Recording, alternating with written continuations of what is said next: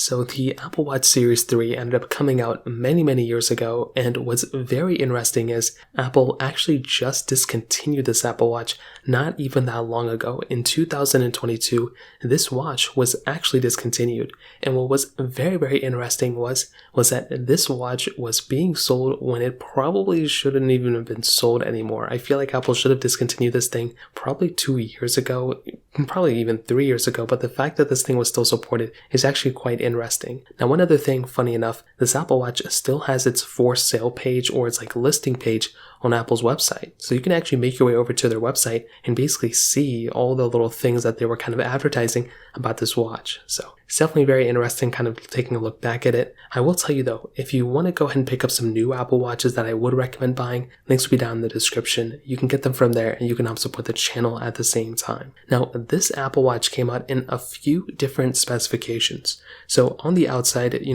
some of you may know this, some of you may not, but these Apple Watches come into a few different sizes nowadays.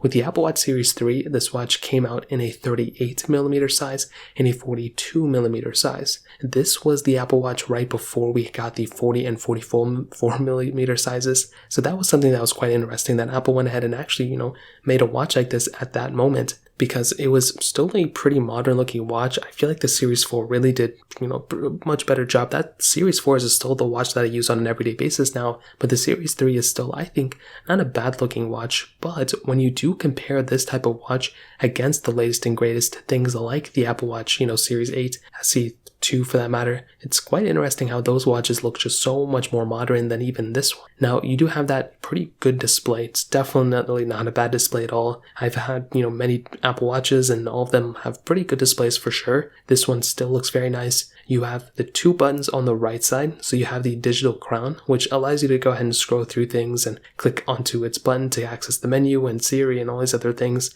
And then you have this like power button on the side as well. So you can go ahead and power down your watch that way. It's pretty cool. I like it a lot. And I definitely do think with an Apple Watch like this, it still holds up fairly well in that standpoint as well. Now on the back, you have the wireless charging portion where you can go ahead and connect, the Apple Watch charger to this specific watch. And one thing that I actually do like about the Apple Watch, at least all of them, is that they've all been using the same exact charger. So I feel like that in and of itself is actually really cool. And just having this watch with, just the ability of using any other Apple Watch charger with it is actually nice. And I'm glad they haven't changed that up yet either, which actually does bring me straight to the bands.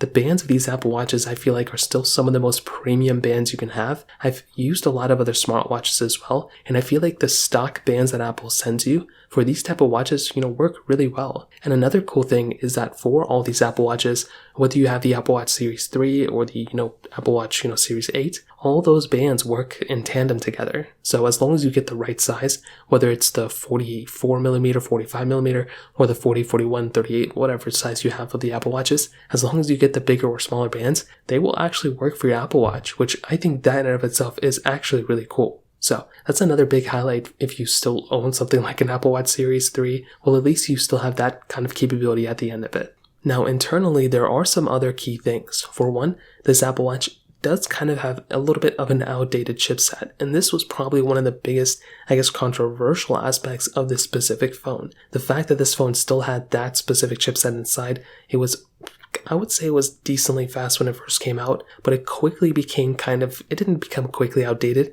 but because Apple kept supporting this thing with software and it just would not end, it seemed like it wasn't, good enough for the software it was getting with those watchOS updates, and that was giving a lot of people issues. For one, it was giving people, they had to reboot and reset their Apple Watch if they wanted to update. They wouldn't have enough storage on their base Apple Watch to actually update their watch in general. So there was a lot of different things like that, which personally I think isn't really the most fun thing to deal with. And in this specific situation, it was pretty much no different. And that was one reason why a lot of people ended up kind of bashing the Apple Watch Series 3, probably for the last few years, if I'm being honest. So, and that was kind of one thing that you have to kind of keep in mind in the back of your head. Now, on top of that, I do think something with the Apple Watch Series 3, it is better than having no watch at all. It's still supported with a ton of different Apple Watch, accessories. It also still works with pretty much all the iPhones that are, available as well. So even if you have the latest and greatest iPhone, this type of Apple Watch is decent. if you're wanting to go ahead and just kind of get in the Apple Watch ecosystem and getting used to wearing a watch, this is a very inexpensive way of getting into the whole entire Apple ecosystem. Now, you are missing out on a lot of features, to be honest, but you are getting things like, water resistance. You're getting the optical heart sensor. You can check your steps. You can go and respond to messages and all these other things like that. So it's not like you're really missing out on too much either in that standpoint. If you have currently no Apple Watch at all, this isn't like a horrible option, but it may not be like the best option even for the price tag.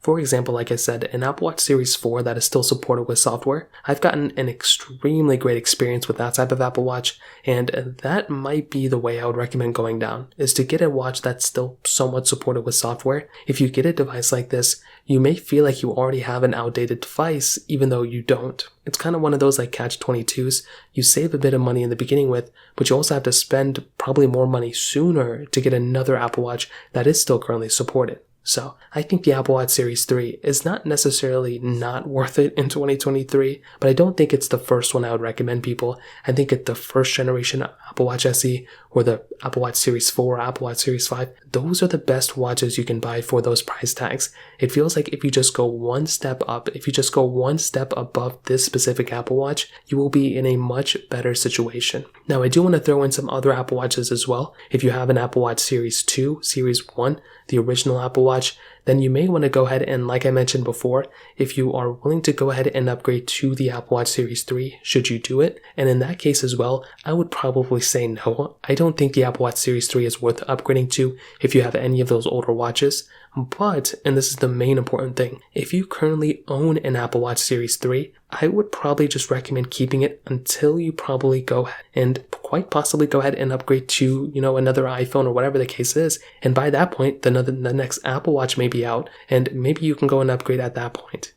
I used an Apple Watch Series 2 for many, many years. I think even when that Apple Watch was discontinued with software as well, and it was still working with that current gen iPhone. And that was probably 2 years after it got its last update, something along those lines. With the Apple Watch Series 3, if you currently are using it and you're having a good time with it, I would probably just recommend keeping it. But on top of that, I would probably just recommend going through and quite just potentially just updating once that next generation of, Apple Watch comes out. Once the Series 9 comes out, I would probably recommend just upgrading to that, or even buying a used Apple Watch SE2 or a used Apple Watch Series 8 by that point. So the choice is yours. If you have any other thoughts or questions, please let me know in the comment section below. Hit the like button, that would mean so much, but definitely hit that subscribe button. More importantly than everything else, I love every single one of you guys. Hopefully I'll catch you guys in the next video. Peace out till then.